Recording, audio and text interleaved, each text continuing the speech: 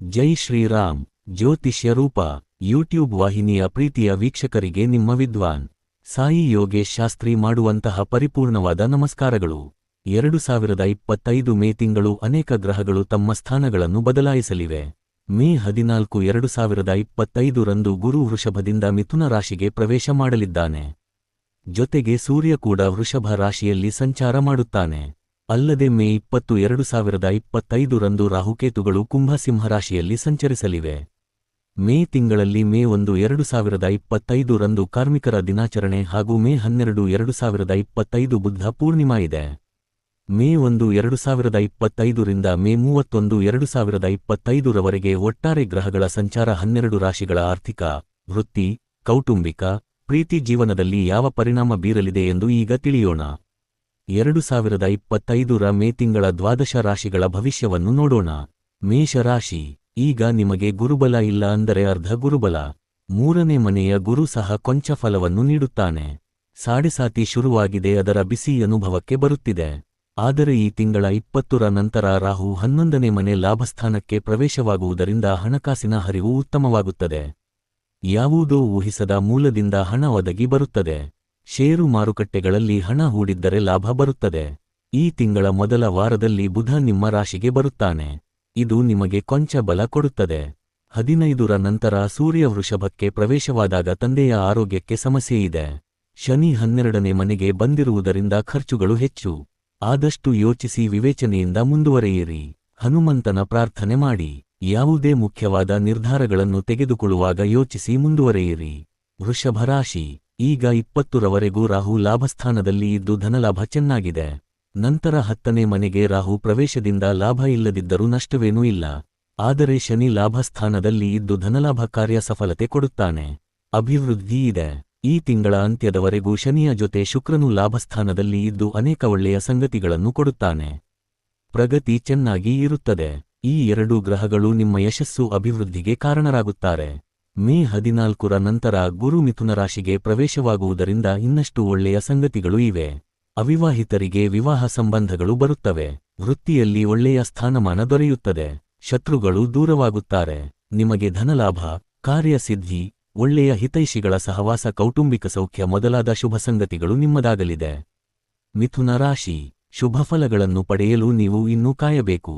ಆದರೆ ಈ ತಿಂಗಳಲ್ಲಿ ಬುಧ ನಿಮಗೆ ಲಾಭಸ್ಥಾನದಲ್ಲಿ ಇರುವುದರಿಂದ ವೃತ್ತಿಯಲ್ಲಿ, ವ್ಯಾಪಾರದಲ್ಲಿ ಲಾಭಗಳು, ಒಳ್ಳೆಯ ಸಂಗತಿಗಳು ಜರುಗುತ್ತವೆ. ಯಾವ ಗ್ರಹವೂ ಕೆಟ್ಟ ಸ್ಥಾನದಲ್ಲಿ ಇಲ್ಲ. ಆದರೆ ಗುರುಬಲ, ಶನಿಬಲ ಯಾವುದೂ ಇಲ್ಲ. 10ನೇ ಮನೆಯಲ್ಲಿ ಶುಕ್ರ, ರಾಹು, ಶನಿ ನಿಮ್ಮ ವೃತ್ತಿಯನ್ನು ಸಂಭಾಳಿಸುತ್ತಾರೆ.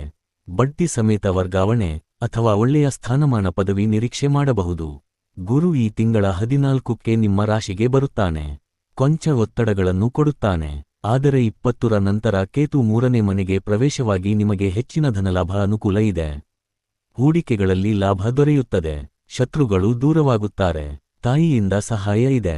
ಕಾರ್ಯಕ್ಷೇತ್ರದಲ್ಲಿ ಇರುವ ಒತ್ತಡಗಳು ಕೊಂಚಮಟ್ಟಿಗೆ ಕಡಿಮೆಯಾಗುತ್ತದೆ. ಆರೋಗ್ಯವು ಸುಧಾರಿಸುತ್ತದೆ. ಕಟಕ ರಾಶಿ. ಅಷ್ಟಮ ಶನಿಯಿಂದ ಮುಕ್ತಿ ಸಿಕ್ಕಿದೆ. ಶನಿ ಈಗ ನವಮಸ್ಥಾನಕ್ಕೆ ಬಂದಿದ್ದಾನೆ. ಧರ್ಮದಲ್ಲಿ ಮನಸ್ಸು ನೀಡುತ್ತಾನೆ. ಮೇ 14ರವರೆಗೂ ನಿಮಗೆ ಗುರುಬಲ ಇದೆ. ಲಾಭಸ್ಥಾನದಲ್ಲಿ ಇರುವ ಗುರು ನೀವು ಮಾಡುವ ಕೆಲಸಕ್ಕೆ ಬರುವ ಅಡೆತಡೆಗಳನ್ನು ನಿವಾರಣೆ ಮಾಡಿ ನಿಮ್ಮ ಯೋಜನೆಗಳು ಫಲಪ್ರದವಾಗುವ ಹಾಗೆ ಮಾಡುತ್ತಾನೆ. ಮನಸ್ಸಿಗೆ ಆಹ್ಲಾದ ಎನಿಸುತ್ತದೆ. ನಿಂತು ಹೋದ ಕೆಲಸ ಕಾರ್ಯಗಳು ಚಾಲನೆ ಪಡೆದುಕೊಳ್ಳುತ್ತದೆ. 9ನೇ ಮನೆಯಲ್ಲಿ ಶನಿಯ ಜೊತೆ ಶುಕ್ರ, ರಾಹು ಇರುವುದು ಕೂಡ ನಿಮಗೆ ಲಾಭಕರವೇ ಆಗಿದೆ. 20ರ ನಂತರ ರಾಹು 8ನೇ ಮನೆಗೆ ಪ್ರವೇಶವಾಗುತ್ತಾನೆ. ಪಾಪಗ್ರಹಗಳು 8ನೇ ಮನೆಯಲ್ಲಿ ಇದ್ದರೆ ತೊಂದರೆಯಿಲ್ಲ. ಕೇತು 2ನೇ ಮನೆಗೆ ಬರುತ್ತಾನೆ. ಕೌಟುಂಬಿಕವಾಗಿ ಕೊಂಚ ಅಶಾಂತಿ ಇರುತ್ತದೆ. ಈ ಮಾಸ ನಿಮಗೆ ಮಿಶ್ರಫಲ. ಸಿಂಹರಾಶಿ. ನಿಮಗೆ ಅಷ್ಟಮ ಶನಿ ಪ್ರಾರಂಭವಾಗಿದೆ. ಕೊಂಚ ಆತಂಕದ ವಾತಾವರಣ, ಮಾನಸಿಕ ಒತ್ತಡ ಇರುತ್ತದೆ. ಹಣಕಾಸಿನ ಏರುಪೇರಿನ ಪರಿಸ್ಥಿತಿ ಎದುರಾಗಬಹುದು. ಮೇ 14ರ ನಂತರ ಗುರುಬಲ ಬರುತ್ತದೆ. ಗುರು ಲಾಭಸ್ಥಾನಕ್ಕೆ ಪ್ರವೇಶ ಮಾಡುತ್ತಾನೆ. ಇದು ನಿಮಗೆ ಅನೇಕ ಭಾಗ್ಯಗಳನ್ನು, ಸೌಖ್ಯಗಳನ್ನು ಕೊಡುತ್ತದೆ. ಹಣಕಾಸಿನ ಏರುಪೇರು ನಿಯಂತ್ರಣಕ್ಕೆ ಬರುತ್ತದೆ. ಬುಧ ಈ ಮಾಸದಲ್ಲಿ 9ನೇ ಮನೆಯಲ್ಲಿ ಇರುತ್ತಾನೆ. ಇದು ಸಹ ನಿಮಗೆ ರಕ್ಷಣೆ ಕೊಡುತ್ತದೆ.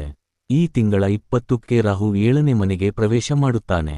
ಕೇತು ನಿಮ್ಮ ರಾಶಿಗೆ ಬರುತ್ತಾನೆ. ಇದು ನಿಮಗೆ ವೈಯಕ್ತಿಕ ಆರೋಗ್ಯಕ್ಕೆ ತೊಂದರೆ ಬರಬಹುದಾ? ಸುಬ್ರಹ್ಮಣ್ಯನಿಗೆ ಹಾಲಿನ ಅಭಿಷೇಕ ಮಾಡಿಸಿ. ಉಸಿರಾಟ, allergy, fungal infection, bacterial infection ಬರಬಹುದು. ಆದರೆ ಗುರುಬಲ ಇರುವುದರಿಂದ ಪರಿಸ್ಥಿತಿ ವಿಷಮಕ್ಕೆ ಹೋಗದಂತೆ ತಡೆಯುತ್ತದೆ. ಕನ್ಯಾ ರಾಶಿ, ಈ ತಿಂಗಳ 14ರವರೆಗೂ ನಿಮಗೆ ಗುರುಬಲ ಇದೆ. ಆದರೆ 6ನೇ ಮನೆಯಿಂದ ಶನಿ 7ನೇ ಮನೆಗೆ ಪ್ರವೇಶವಾಗಿದ್ದಾನೆ. ಶನಿಯ ಬಲ ನಿಮಗೆ ಕಡಿಮೆ ಆಗಿದೆ. 7ನೇ ಮನೆಯ ಶನಿ ಕೆಡುಕಲ್ಲದಿದ್ದರೂ ಉಪಕಾರಿಯಲ್ಲ. ಒತ್ತಡಗಳನ್ನು ಕೊಡುತ್ತಾನೆ ಹಾಗೂ ಕೋಪ, ಸಿಡುಕು, ಅಸಹನೆ ಮುಂತಾದ ಸ್ವಭಾವ ಹೆಚ್ಚು ಮಾಡುತ್ತಾನೆ. 20ರ ನಂತರ ರಾಹು 6ನೇ ಮನೆಗೆ ಬಂದು ಕೇತು ನಿಮ್ಮ ರಾಶಿಯನ್ನು ಬಿಟ್ಟು ಸಿಂಹರಾಶಿಗೆ ಪ್ರವೇಶವಾಗುತ್ತಾನೆ. ಇದು ನಿಮಗೆ ಒಳ್ಳೆಯ ಫಲಗಳನ್ನು ನೀಡುತ್ತದೆ. ಆರೋಗ್ಯ ಸುಧಾರಿಸುತ್ತದೆ. ಮುಂದಿನ ದಿನಗಳಲ್ಲಿ ಗುರುವಿನ ಬದಲಾವಣೆ ನಿಮಗೆ ಅಷ್ಟೊಂದು ಶುಭದಾಯಕವಾಗಿಲ್ಲ. ಗುರು 10ನೇ ಮನೆಯ ಪ್ರವೇಶ ಸ್ಥಾನಮಾನ ಬದಲಾವಣೆಯನ್ನು ತೋರಿಸುತ್ತದೆ. ಪದಚ್ಯುತಿಯೂ ಆಗಬಹುದು. ಎಚ್ಚರಿಕೆಯಿಂದ ಇರಿ. ಕಾರ್ಯಕ್ಷೇತ್ರದಲ್ಲಿ ಒತ್ತಡ, ಕೌಟುಂಬಿಕ ತಲ್ಲಣಗಳು ಎದುರಾಗಬಹುದು. ಕೆಲಸಗಳು ಮುಂದಕ್ಕೆ ಸಾಗುವುದಿಲ್ಲ. ನಿಂತಲ್ಲೇ ನಿಂತು ಬಿಡುತ್ತದೆ. ಕೌಟುಂಬಿಕ ವಾತಾವರಣ ಕೂಡ ಆಹ್ಲಾದದಾಯಕವಾಗಿರುವುದಿಲ್ಲ. ನಿಮ್ಮ ಮನೆ ದೇವರ ಸ್ಮರಣೆ ದರ್ಶನ ಮಾಡುವುದು ಒಳ್ಳೆಯದು. ತುಲಾ ರಾಶಿ, ಈಗ ನಿಮಗೆ ಗುರು ಅಷ್ಟಮದಲ್ಲಿ 14ರವರೆಗೂ ಇರುತ್ತಾನೆ. ಇಲ್ಲಿಯವರೆಗೆ ಬಹಳ ಕಷ್ಟ ನಷ್ಟಗಳನ್ನು ಅನುಭವಿಸಿದ್ದೀರಿ. ಈಗ 14ರಂದು ಗುರು 9ನೇ ಮನೆಗೆ ಪ್ರವೇಶ ಮಾಡುತ್ತಾನೆ. ನಿಮ್ಮ ಭಾಗ್ಯದ ಬಾಗಿಲು ತೆರೆಯುತ್ತದೆ. ಅನೇಕ ಅವಕಾಶಗಳು ನಿಮ್ಮ ಮುಂದೆ ಬರುತ್ತದೆ. ನಿಂತು ಹೋಗಿದ್ದ ಕೆಲಸಗಳೆಲ್ಲ ಚಕಚಕನೆ ಮುಂದುವರೆಯುತ್ತದೆ. ವೃತ್ತಿಯಲ್ಲಿ ಮಹತ್ತರ ಬದಲಾವಣೆ ಇದೆ. ಪದವಿ, ಬಡ್ತಿ, ಅಧಿಕಾರ ಪ್ರಾಪ್ತಿ ಇದೆ. ಬಹಳ ದಿನಗಳಿಂದ ಕಂಗೆಸುತ್ತಿದ್ದ ಸಮಸ್ಯೆಗಳು ಈಗ ಪರಿಹಾರ ಕಾಣುತ್ತದೆ. ಶನಿ ಕೂಡ ಪಂಚಮದಿಂದ ಷಷ್ಠಕ್ಕೆ ಬಂದಿದ್ದಾನೆ. 6ನೇ ಮನೆಯ ಶನಿ ಬಹಳ ಉಪಕಾರಿ. ನಿಮ್ಮ ಸಮಸ್ಯೆಗಳು ಶೀಘ್ರ ಪರಿಹಾರ ಕಾಣುತ್ತದೆ. ಕಳೆದ ವರ್ಷದಿಂದ ಬಹಳ ಕಷ್ಟನಷ್ಟಗಳನ್ನು ಅನುಭವಿಸಿದ್ದೀರಿ. ಆದರೆ ಈಗ ಶನಿಯ 6ನೇಯ ಪ್ರವೇಶದಿಂದ ಹಾಗೂ ಗುರುವಿನ ಭಾಗ್ಯಸ್ಥಾನದ ಪ್ರವೇಶದಿಂದ ನಿಮಗೆ ಅದೃಷ್ಟ ಒದಗಿ ಬರುತ್ತದೆ. ಹಾಗೆಯೇ ಕೇತುವಿನ ಲಾಭಸ್ಥಾನದ ಪ್ರವೇಶ ಸಹ ನಿಮಗೆ ಹೆಚ್ಚಿನ ಧನಲಾಭ, ಕಾರ್ಯಸಿದ್ಧಿಗೆ ಕಾರಣವಾಗುತ್ತದೆ. ಎಲ್ಲ ವಿಷಯಗಳಲ್ಲೂ ಪರಿಸ್ಥಿತಿ ನಿಮಗೆ ಅನುಕೂಲಕರವಾಗಿ ಬದಲಾಯಿಸುತ್ತದೆ. ಅವಿವಾಹಿತರಿಗೆ ವಿವಾಹ ಪ್ರಾಪ್ತಿ ಇದೆ. ಹೊಸ ನೌಕರಿ ದೊರೆಯುವ ಅವಕಾಶ ಇದೆ. ಈ ಮಾಸದ ಆರಂಭದಿಂದಲೇ ಶುಭಶಕುನಗಳು ಗೋಚರವಾಗುತ್ತದೆ. ವೃಶ್ಚಿಕ ರಾಶಿ, ಈಗ ನಿಮಗೆ 7ರಲ್ಲಿ ಇರುವ ಗುರು ಈ 14ರ ನಂತರ 8ನೇ ಮನೆಗೆ ಬರುತ್ತಾನೆ. ಆರೋಗ್ಯದಲ್ಲಿ ಕೊಂಚ ವ್ಯತ್ಯಾಸಗಳು ಕಾಣಬಹುದು. ಪಂಚಮ ಶನಿ ಪ್ರಾರಂಭವಾಗಿದೆ ಹಾಗೂ ಲಾಭಸ್ಥಾನದಲ್ಲಿ ಇದ್ದ ಕೇತು 10ನೇ ಮನೆಗೆ ಪ್ರವೇಶವಾಗುತ್ತಾನೆ. ಯಾವ ಬಲವಾದ ಗ್ರಹಬಲವೂ ಈಗ ನಿಮಗೆ ಕಾಣುತ್ತಿಲ್ಲ. ಹಣಕಾಸಿನ ಸ್ಥಿತಿ ಕೊಂಚ ಇಳಿಯಬಹುದು. ನಿಮ್ಮ ಯೋಜನೆಗಳು ನಿಮ್ಮ ಅನಿಸಿಕೆಯಂತೆ ನಡೆಯದೇ ಇರಬಹುದು. ವಿಳಂಬವಾಗಬಹುದು. ಈಗ 5ನೇ ಮನೆಯಲ್ಲಿ ಶುಕ್ರ ಇರುವುದರಿಂದ ನಿಮಗೆ ತಕ್ಕಮಟ್ಟಿನ ಬಲ ನೀಡುತ್ತದೆ. ಯಶಸ್ಸಿನ ಹಾದಿಯಲ್ಲಿ ಅಡೆತಡೆಗಳಿದ್ದರೂ ಸಾಗುತ್ತಿದ್ದೀರಿ. ಅವಿವಾಹಿತರಿಗೆ ಮೇ 14ರ ಒಳಗೆ ವಿವಾಹ ಆಗಬೇಕು. ಇಲ್ಲವಾದಲ್ಲಿ ಮತ್ತೆ 1 ವರ್ಷ ಕಾಯಬೇಕಾಗುತ್ತದೆ. ಕಾರ್ಯಕ್ಷೇತ್ರದಲ್ಲಿ ನಿಧಾನ ಪ್ರಗತಿ. ಒಳ್ಳೆಯ ಅವಕಾಶಗಳು ಮುಂದೆ ಮುಂದೆ ಹೋಗುತ್ತವೆ. ಕೈಗೆ ಸಿಕ್ಕಿದರೂ ಸಿಗದಂತೆ ತಪ್ಪಿಸಿಕೊಳ್ಳುತ್ತದೆ. ನಮಗೆ ಕಾಣದಂತೆ ಎಲ್ಲೋ ಹೊಡೆತ ಬೀಳುತ್ತದೆ. ಸಂಬಂಧಗಳಲ್ಲಿ ಕಿರಿಕಿರಿ ಶುರುವಾಗಬಹುದು. ಸಾಕಷ್ಟು ಖರ್ಚುಗಳು ಇವೆ. ಶನಿ ಸವಾಲುಗಳನ್ನು ಕೊಡುತ್ತಾನೆ. ಹನುಮಾನ್ ಚಾಲಿಸ ಪಠಿಸಿ. ಧನಸ್ಸು ರಾಶಿ, ಈಗ ನಿಮಗೆ ಶನಿ 3ನೇ ಮನೆಯಿಂದ 4ನೇ ಮನೆಗೆ ಪ್ರವೇಶವಾಗಿದ್ದಾನೆ. 4ರ ಶನಿ ಅಷ್ಟೊಂದು ಉಪಕಾರಿಯಲ್ಲ, ಆದರೆ ಅಪಕಾರಿಯೂ ಅಲ್ಲ. ಗುರು ಕೂಡ ಈಗ 6ನೇ ಮನೆಯಲ್ಲಿ, ರಾಹುಕೇತುಗಳು 4ನೇ 10ನೇ ಮನೆಯಲ್ಲಿ ಇದ್ದಾರೆ. ಅಷ್ಟು ಒಳ್ಳೆಯ ಬೆಳವಣಿಗೆ ಇಲ್ಲಿಯವರೆಗೂ ಕಂಡುಬಂದಿಲ್ಲ. ಆದರೆ 14ರ ನಂತರ ಗುರುಬಲ ಬರುವುದರಿಂದ ಪರಿಸ್ಥಿತಿ ನಿಮ್ಮ ಹಿಡಿತಕ್ಕೆ ಬರುತ್ತದೆ. ಆರೋಗ್ಯದಲ್ಲಿ ಹಾಗೂ ಆರ್ಥಿಕತೆಯಲ್ಲಿ ಸಾಕಷ್ಟು ಏರುಪೇರುಗಳನ್ನು ಅನುಭವಿಸಿದ್ದೀರಿ. ಮಾನಸಿಕ ಕ್ಲೇಶ ಅನುಭವಿಸಿದ್ದೀರಿ. ಈಗ ಅದಕ್ಕೆಲ್ಲ ಒಂದು ಸರಳ ಪರಿಹಾರ ಗೋಚರಿಸುತ್ತದೆ. ನೀವು ಯಾವುದನ್ನು ಬೆಟ್ಟದ ಹಾಗಿರುವ ಕಷ್ಟ ಎಂದು ತಿಳಿದಿದ್ದಿರೋ ಅದು ಹತ್ತಿಯಂತೆ ಹಗುರವಾಗಿ ಹಾರಿಹೋಗುತ್ತದೆ. ರಾಹು ಕೂಡ 3ನೇ ಮನೆಗೆ ಪ್ರವೇಶವಾಗಿ ನಿಮ್ಮನ್ನು ಬಲಪಡಿಸುತ್ತಾನೆ. ಪರಿಸ್ಥಿತಿ ಹತೋಟಿಗೆ ಬಂದು ನೀವು ಎಣಿಸಿದ ಕೆಲಸ ಕಾರ್ಯಗಳಲ್ಲಿ ಜಯ, ಯಶಸ್ಸು ಸಿಗುತ್ತದೆ. ವೃತ್ತಿಯಲ್ಲಿ ಬಡ್ತಿ, ಅವಿವಾಹಿತರಿಗೆ ವಿವಾಹ ಪ್ರಾಪ್ತಿ ಇದೆ. 4ರಲ್ಲಿ ಶುಕ್ರ ಈ ಮಾಸದ ಕೊನೆಯವರೆಗೂ ಇರುತ್ತಾನೆ. ಇದು ಕೂಡ ಬಹಳ ನಿಮಗೆ ಬೆಂಬಲ ಕೊಡುತ್ತದೆ. ಸಂಗಾತಿಯಿಂದ ಸಹಾಯ, ಬೆಂಬಲ ಪಡೆಯುತ್ತೀರಿ. ವಿದೇಶ ಯಾತ್ರೆ ಇದೆ. ವಿದ್ಯಾರ್ಥಿಗಳಿಗೆ ಉನ್ನತ ವ್ಯಾಸಂಗದ ಅವಕಾಶ ಸಿಗುತ್ತದೆ. ಕೋರ್ಟು ವ್ಯಾಜ್ಯಗಳಲ್ಲಿ ಜಯ ಸಿಗುತ್ತದೆ.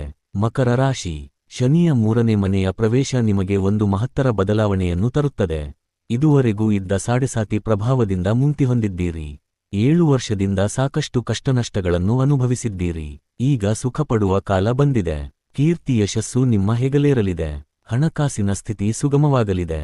ನಿಮ್ಮ ವಿರೋಧಿಗಳು ಕೂಡ ಈಗ ಸ್ನೇಹಹಸ್ತ ಚಾಚುತ್ತಾರೆ. ಅಪರಿಚಿತರು ಸಹ ಸಹಾಯ ಮಾಡುವ ಕಾಲ. ದೇವರ ಅನುಗ್ರಹ ದೊರೆತು ಎಲ್ಲ ಕೆಲಸ ಕಾರ್ಯಗಳಲ್ಲಿ ಜಯ ಸಾಧಿಸುತ್ತೀರಿ. ಜೀವನದಲ್ಲಿ ಇರುವ ಅಡೆತಡೆಗಳು ದೂರವಾಗಿ ಜೀವನ ಸರಾಗವಾಗಿ ನಡೆಯುತ್ತದೆ. ನೌಕರಿ ಸಿಗುವುದು, ವಿವಾಹ, ಮನೆ ಕಟ್ಟುವುದು, ಆಸ್ತಿ ಕೊಳ್ಳುವುದು ಮುಂತಾದ ಸಕಾರಾತ್ಮಕ ಕೆಲಸಗಳಿಗೆ ಗುರುವಿನ ಅನುಗ್ರಹ ದೊರೆತು ಎಲ್ಲವೂ ಸರಾಗವಾಗಿ ನೆರವೇರುತ್ತದೆ. ಶತ್ರುಗಳು ದೂರವಾಗುತ್ತಾರೆ. ನಿಮ್ಮ ಸರ್ವತೋಮುಖ ಅಭಿವೃದ್ಧಿಯನ್ನು ಕಾಣುತ್ತೀರಿ. ಮನಸ್ಸಿಗೆ ಸಂತಸ ಸಿಗಲಿದೆ. ಅವಕಾಶಗಳ ಮಳೆಯೇ ಸುರಿಯುತ್ತದೆ. ಶುಭಶಕುನಗಳು ಈ ಮಾಸ ಪ್ರಾರಂಭದಿಂದಲೇ ನಿಮ್ಮ ಅನುಭವಕ್ಕೆ ಬರುತ್ತದೆ. ಕುಂಭರಾಶಿ. ಈಗ ಶನಿ ನಿಮ್ಮ ರಾಶಿಯನ್ನು ಬಿಟ್ಟು ಮೀನರಾಶಿಗೆ ಪ್ರವೇಶವಾಗಿದ್ದಾನೆ. ಸಾಡೆಸಾತಿಯ ಕೊನೆಯ ಹಂತದಲ್ಲಿದ್ದೀರಿ. ಈಗ ಅಷ್ಟೇನೂ ನಿಮಗೆ ತ್ರಾಸದಾಯಕವಲ್ಲ, ಆದರೂ ತಕ್ಕಮಟ್ಟಿನ ಎಚ್ಚರಿಕೆಯಲ್ಲಿ ಇರಿ. ಮುಂದೆ ಗುರುವಿನ 5ನೇ ಮನೆ ಪ್ರವೇಶ ವೈಯಕ್ತಿಕ ಬೆಳವಣಿಗೆಗೆ ಸಹಾಯವಾಗಲಿದೆ. ಇದುವರೆಗೂ ಚತುರ್ಥದ ಗುರುವಿನಿಂದ ಜೀವನದಲ್ಲಿ ಅಡೆತಡೆಗಳು, ನಕಾರಾತ್ಮಕ ಸಂಗತಿಗಳನ್ನು ಅನುಭವಿಸಿದ್ದೀರಿ. ಎಲ್ಲ ಕಡೆಯಿಂದಲೂ ಹಿನ್ನಡೆ, ಅಪಮಾನ ಅನುಭವಿಸಿದ್ದೀರಿ. ವಿನಾಕಾರಣ ನೋವು, ಅಪಮಾನಗಳು ನಿಮ್ಮ ಹೆಗಲೇರಿದೆ. ಯಾವ ಕೆಲಸಕ್ಕೆ ಕೈಹಾಕಿದರೂ ನಿಂತಲ್ಲೇ ನಿಲ್ಲುತ್ತಿತ್ತು. ಕೋರ್ಟು ಕಚೇರಿ, ಅಲೆದಾಟ, ಧನಹಾನಿ ಮೊದಲಾದ ಮನಸ್ಸಿಗೆ ನೋವು ಕೊಡುವಂಥ ಘಟನೆಗಳಿಂದ ನೊಂದಿದ್ದೀರಿ. ಈಗ ಗುರು ನಿಮ್ಮ ರಾಶಿಯಿಂದ 5ನೇ ಮನೆಗೆ ಪ್ರವೇಶ ಮಾಡುವುದರಿಂದ ಸಂಪೂರ್ಣ ಗುರುಬಲ ದೊರೆತು ನಿಮಗೆ ಅನೇಕ ಶುಭಫಲಗಳು ದೊರೆಯಲಿದೆ. ಒತ್ತಡಗಳಿಂದ ದೂರವಾಗುತ್ತೀರಿ. ಕತ್ತಿನ ಮೇಲೆ ತೂಗುತ್ತಿರುವ ಕತ್ತಿಯಿಂದ ತಪ್ಪಿಸಿಕೊಳ್ಳುತ್ತೀರಿ. ನಿಮ್ಮ ಸಮಸ್ಯೆಗಳು ಬಹಳಷ್ಟು ಪರಿಹಾರ ಕಾಣಲಿದೆ. ಈ ತಿಂಗಳ ಕೊನೆಯವರೆಗೆ 2ನೇ ಮನೆಯಲ್ಲಿ ಶುಕ್ರ ಇರುವುದು ನಿಮಗೆ ಶುಭಫಲಗಳನ್ನು ಕೊಡುತ್ತದೆ. ಅವಿವಾಹಿತರು ವಿವಾಹ ಪ್ರಯತ್ನ ಮಾಡಬಹುದು. ಮೀನ ರಾಶಿ. ಈಗ ಸಾಡೆಸಾತಿಯ 2ನೇ ಭಾಗಕ್ಕೆ ಬಂದಿದ್ದೀರಿ. ಇನ್ನೂ ನೀವು ಶನಿಯ ಪ್ರಭಾವದಲ್ಲಿ ಇರುವುದರಿಂದ ಹೆಚ್ಚಿಗೆ ಏನೂ ನಿರೀಕ್ಷೆಯಿಲ್ಲ. ಇದ್ದಂತೆ ನಡೆದುಕೊಂಡು ಹೋದರೆ ಅದೇ ಅದೃಷ್ಟ. ಆರೋಗ್ಯದಲ್ಲಿ ಗಮನ ಇರಲಿ. ಹಣಕಾಸು ಸ್ಥಿತಿಯ ಮೇಲೆ ಹಿಡಿತ ಇರಲಿ.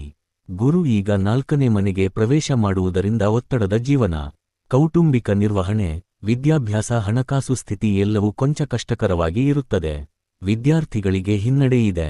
ಮುಂದೆ ಕೇತು 6ನೇ ಮನೆಗೆ ಪ್ರವೇಶವಾದಾಗ ನಿಮಗೆ ಹಣಕಾಸಿನ ಸ್ಥಿತಿ ಕೊಂಚಮಟ್ಟಿಗೆ ಸುಧಾರಿಸುತ್ತದೆ. ರಾಹು ಕೂಡ ಕುಂಭರಾಶಿಗೆ ಪ್ರವೇಶ ಮಾಡಿದಾಗ ಆರೋಗ್ಯ ಉತ್ತಮಗೊಳ್ಳುತ್ತದೆ. ಈ ತಿಂಗಳು ಶುಕ್ರ ನಿಮ್ಮ ರಾಶಿಯಲ್ಲೇ ಇರುತ್ತಾನೆ. ಹಾಗಾಗಿ ಕೆಲವು ಶುಭಸಂಗತಿಗಳು ನಿಮಗೆ ಸಂತೋಷ ಕೊಡುತ್ತದೆ. ಪರಿಸ್ಥಿತಿ ವಿಕೋಪಕ್ಕೆ ಹೋಗದಂತೆ ಶುಕ್ರ ನಿಮ್ಮನ್ನು ಕಾಪಾಡುತ್ತಾನೆ. ಏನೇ ಆದರೂ ಯಾವುದೇ ಕೆಲಸ ಸರಿಯಾಗಿ ಯೋಚಿಸಿ ನಿರ್ಧಾರ ಮಾಡಿ. ಸಹನೆ, ಸಮಾಧಾನ ನಿಮ್ಮ ಮಂತ್ರವಾಗಿರಲಿ. ಪ್ರೀತಿಯ ವೀಕ್ಷಕ ಬಂಧುಗಳೇ, ಜ್ಯೋತಿಷ್ಯಶಾಸ್ತ್ರ, ಜಾತಕ ವಿಶ್ಲೇಷಣೆ, ವಾಸ್ತು ಸಲಹೆ, ವಿವಾಹ ಸಾಲಾವಳಿ ಕೂಟ, ಹಸ್ತರೇಖೆ, ಕವಡೆ ಶಾಸ್ತ್ರ ಮತ್ತು ಸರ್ವ ರೀತಿಯ ಯಂತ್ರಗಳನ್ನು ಬರೆದು ಕೊಡಲಾಗುತ್ತದೆ. ಮತ್ತು ಹಿಂದೂ ಧಾರ್ಮಿಕ ಎಲ್ಲ ಶುಭ ಆರಂಭ, ನೂತನ ಗೃಹ ಪ್ರವೇಶ, ನಾಮಕರಣ, ಗಣಹೋಮ, ಸತ್ಯನಾರಾಯಣ ಸ್ವಾಮಿ ಪೂಜೆ, ಸರ್ಪ ದೋಷ, ಆಶ್ಲೇಷ ಬಲಿ ಪೂಜೆ, ಪಿತೃದೋಷ ನಿವಾರಣೆ, ನಾರಾಯಣ ಬಲಿ ಮತ್ತು ಮೋಕ್ಷ ನಾರಾಯಣ ಬಲಿ ಪೂಜಾ ಕಾರ್ಯಕ್ರಮಗಳನ್ನು ಮಾಡಲಾಗುತ್ತದೆ. ಹೆಚ್ಚಿನ ಮಾಹಿತಿಗಾಗಿ ಸಾಯಿ ಯೋಗೇಶ್ ಗುರುಗಳನ್ನ ಸಂಪರ್ಕಿಸಿ. ಸ್ಕ್ರೀನ್ ಮೇಲೆ ಇರುವಂತಹ ನಂಬರಿಗೆ ಸಂಪರ್ಕ ಮಾಡಬಹುದು. ಉತ್ತಮ ಸಲಹೆ ಮತ್ತು ಶಾಶ್ವತ ಪರಿಹಾರ ಸಿಗುತ್ತದೆ. ಮುಂದಿನ ಸಂಚಿಕೆಯಲ್ಲಿ ಮತ್ತೊಮ್ಮೆ ಸಿಗೋಣ. ಸರ್ವೇ ಜನ ಸುಖಿನೋ ಭವಂತು. ಸರ್ವ ಸನ್ಮಂಗಳಾನಿ ಭವಂತು. ಸಮಸ್ತ ಲೋಕ ಸುಖಿನೋ ಭವಂತು. ಧನ್ಯವಾದಗಳು.